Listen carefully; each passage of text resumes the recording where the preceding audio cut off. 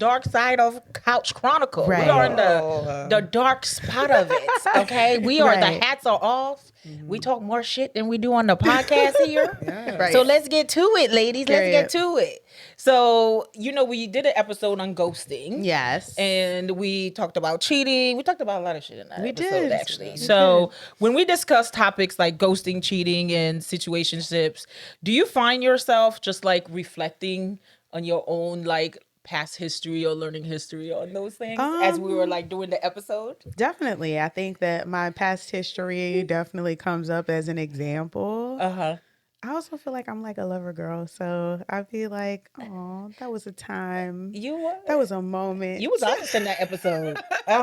Yeah, so I always reflect. I think that's a part of what makes the podcast personable. Like, us being for real. I think people want to know about our lives, though. I had to learn that too. I think that like season 1, I was really dipping my toe. I'm private. I don't like people in my business and shit. But the more that we've been getting into it, I'm like, okay, I can sprinkle a little bit. You've been sprinkling. Season 2, you sprinkled. Well, season 3 is more to come. I'm about to say it was very seasoned. It was very seasoned. No, I think after the ghosting episode and you know what it was for me when we were talking about like spying on people's phones. Oh, yeah. And I remember, that one for me after it, I was thinking like, damn. I remember I was thinking about my ex who did spy. I was like, that nigga didn't know it was coming. I said, you made me careful. I didn't even think about that. Memory didn't come to mind until we talked about it. And I just remember like, well, they say, don't you go find what you gonna find. Yeah. And, he found what he found. And then I remember how the rest of it go. I was like, damn, I even came back with a hickey on my neck, too. I did. No shame.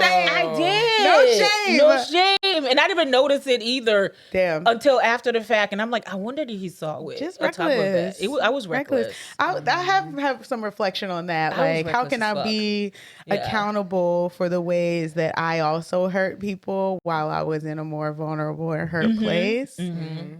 I did not give a fuck. I didn't give, Mind you, you low-key gave a little glimpse of that earlier, talking about I'm a lover girl. Yeah. Back to myself and how I was, first of all. Time to go with the vibes. No, it was giving me very Sagittarius of like, I loved and they lost. But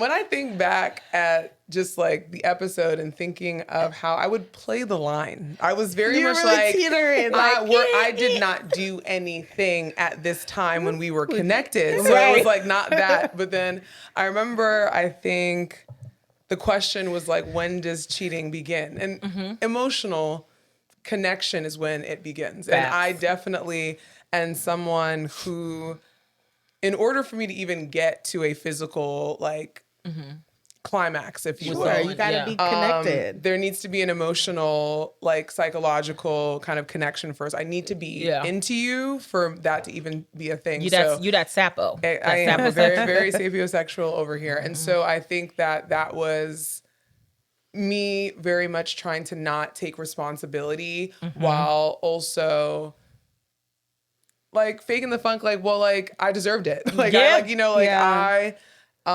sacrificed this way. I did this. These people weren't giving me what it is that I asked for. Because I know often I would make reasons or rationalize why it was okay that I did this at the tail end because I was so patient. Yeah. Like I was I forgave, or I would give you a lot of chances, or I would do these things. And so then when I was like not into you anymore, like when that switch, it's like, oh, well, I tried my best. It was like, well, I gave it all. I gave my all. Simultaneously not knowing how to break up with a person. Right? Yeah. Like, because that is just a thing much easier way to just You know what I realized also after that episode? Because, I was in a long-term relationship with my 20s.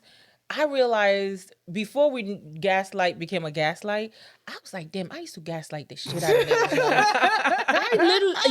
I literally was like, anything to not be the villain. Literally. Anything. Yep. And and I was thinking like, I picked that up from my father. I used to call it manipulation. It is. It is manipulation. But before gaslight became the word, right? But I literally would have a nigga think like, no, you the issue, you the problem. Knowing damn well that I probably contributed to, but it was a way of me not looking back. Yeah. Because the ego, also, we're not feeling about it. Like any of the things that the cocky shit was real. I mean, but the cockiness manipulation, all of those things are ego serving because we don't like to acknowledge the ways in which that we might have contributed to somebody else's pain that we care for. Right. Especially when we see ourselves as like a good person or as some person who doesn't hurt people. Right. And so I think that's why it's important for you to see yourself in the moment and not the role that you played or that you like tried really, really hard to uphold. So it's like, I was the good girlfriend, or I was the good boyfriend, or I was the, you know, the best sex you ever had. Like these monoliths that we would hold on to as a way to make us feel important, or we mattered or something like that. Well, I think for me, it was more about like, if somebody's going to leave, it's going to be me leaving. You're not going to leave me, and I'm going to give you all the reasons why you're the issue. You're not going to leave me. You know, I think that in my little situation, the person that looked through my phone, I honestly think that like he struggled with breaking up with me. And most men do, though. Just acting in a way that I'm just like, I cannot let this shit slide. Like, like, most men do struggle with ending relationships. And I think at one point it kind of was like I dug my heels in. Like, I'm not gonna do it. You do it. Yeah. Which is in hindsight is like a really, girl, why? Like, just end it. You're not enjoying it. He's not enjoying it. Just cut it off. Cut it loose. Yeah. So what is our personal like resting ritual that we reset? How do we reset after like heavy conversations about relationships, stuff that in our own personal life that affects us? Heavy conversations in my personal life, it definitely depends on who the conversation is with. That might determine if this is like a joint decompression or like if I need some space.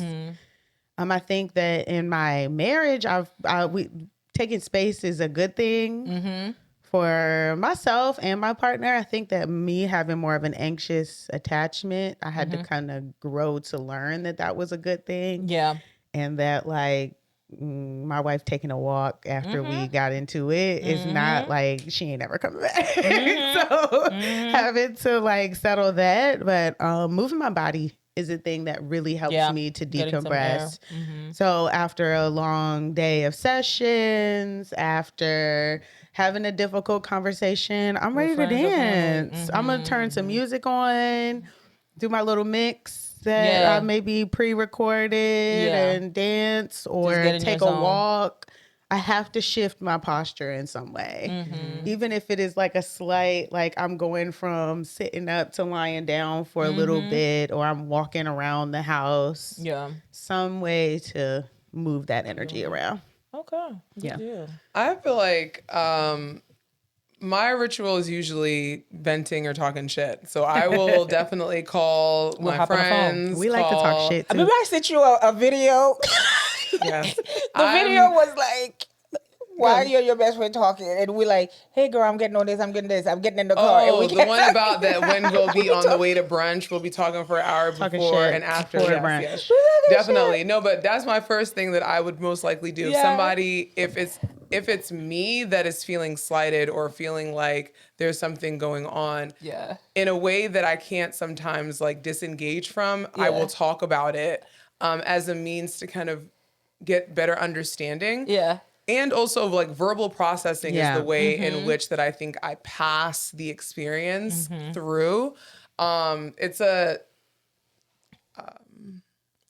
loose line, a thin line, I think, between intellectualizing and verbally processing. I think for me, I think I actively need to talk about what it is that is happening or what I experienced or what my perspective of the situation was and how detrimental the shift was in terms of it leading to like an end of a relationship. That helps me kind of get through it.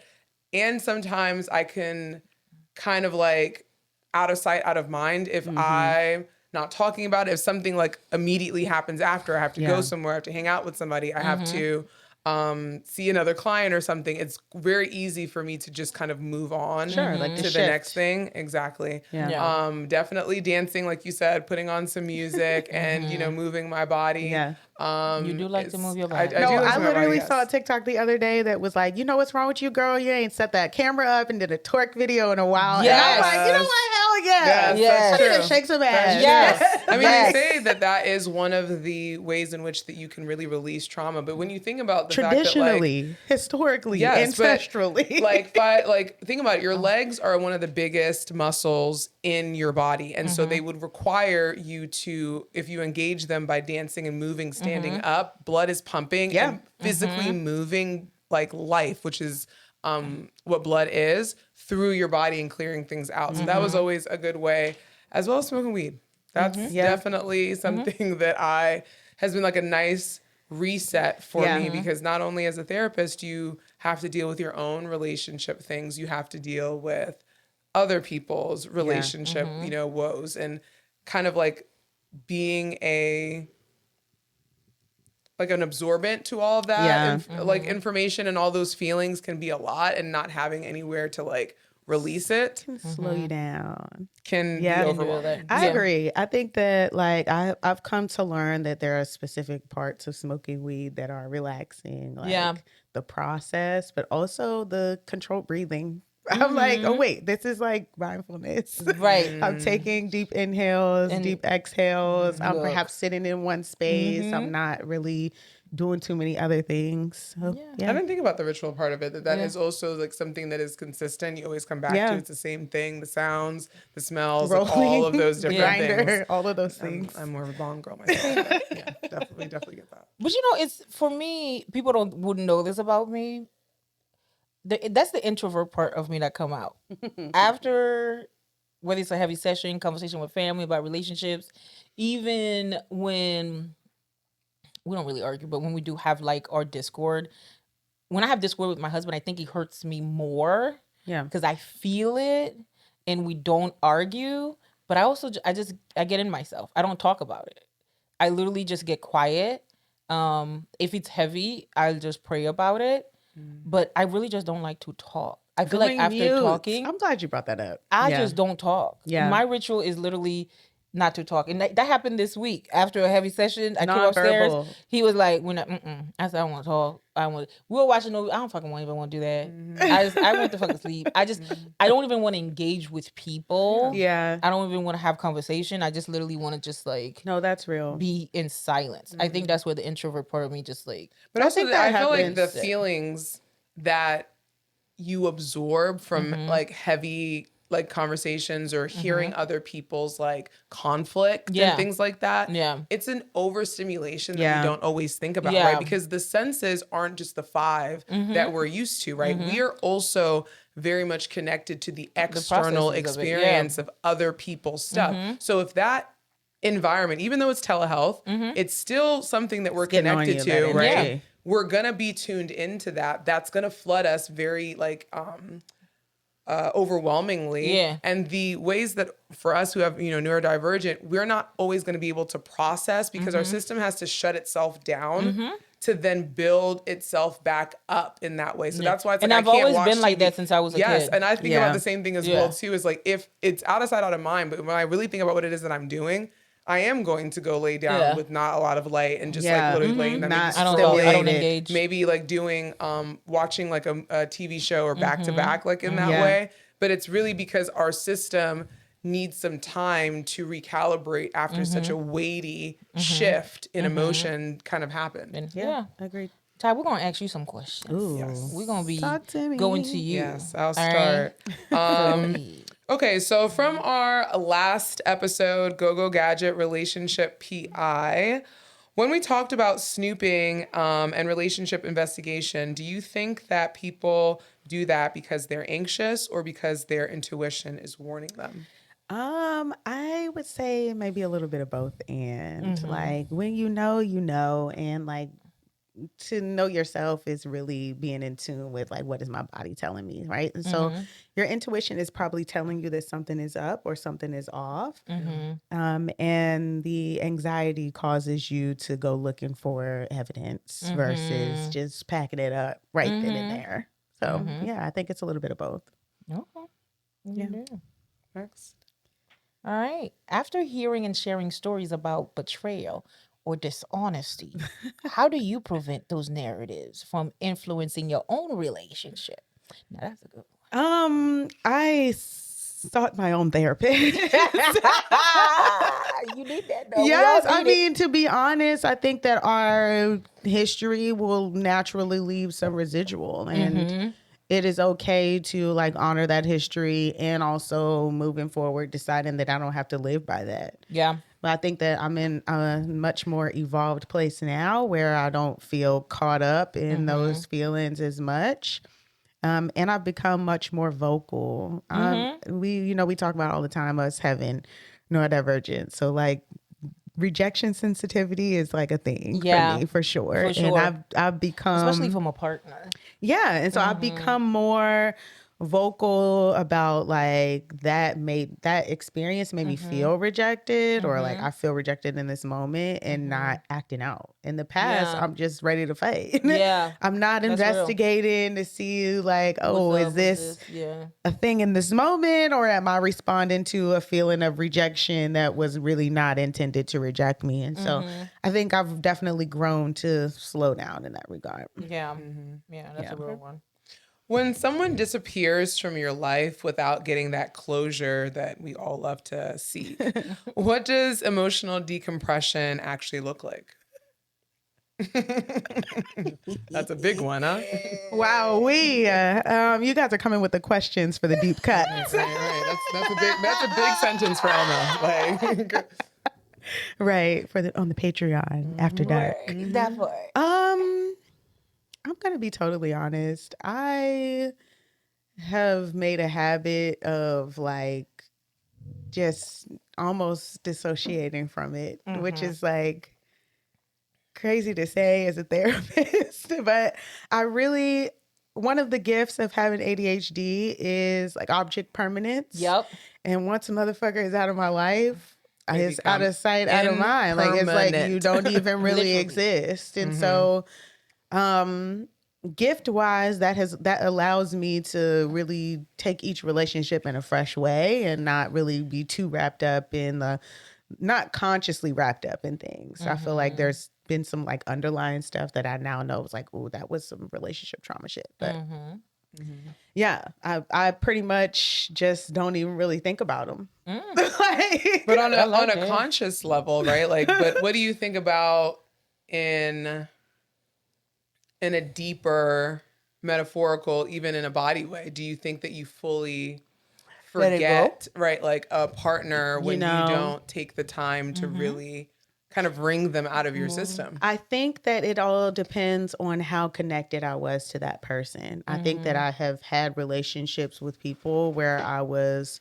present but not present. And so it's not difficult for me to detach from that because I wasn't really as invested in the first place. Whereas like people that left an imprint, I try to like honor that experience and not in my big age and big more mature Tyler is like, oh, I can honor that like that was a blessing, an experience that I had, or like I learned this about myself through that versus like rejecting the idea that this person existed. I do know now that was more of like, again, protection. I'm like, I'm not about to let you see that you hurt my feelings. Like, that part. I'm going to act like I didn't hurt until it doesn't actually hurt. So I think that I've also come to realize that like, this is exactly how I know that beliefs are practiced thoughts, because I can practice that like I'm over a person. Yeah. And it happens eventually. That's a good one, babes. All right. Do you think people struggle with ghosting because it's a nervous system that gets in the way of like providing a clear ending? I think people ghost because they don't have the capacity to be responsible for hurting someone else in the moment. Like when you are ending a relationship, it hurts. It hurts you, it hurts the other person. And I think that people that ghost are not ready to be accountable to hurting somebody else. So. And it takes on that load and that heaviness that you have to carry too. Yeah, like I have to be responsible, or I have to be countless times I've heard clients, people in my life say like, I don't want to be the one to break the family up, or I don't want to be the one to end the relationship, as if that's like a scarlet letter to be the one who sets the parameter and like explicitly asks for what they want. Yeah. So, I do. yeah. Thank you, friend, for keeping it real and raw with us. I know. Yes. All right. So if you want to see more, follow us on the Patreon for the deep cuts after dark. You get a tad from all of us.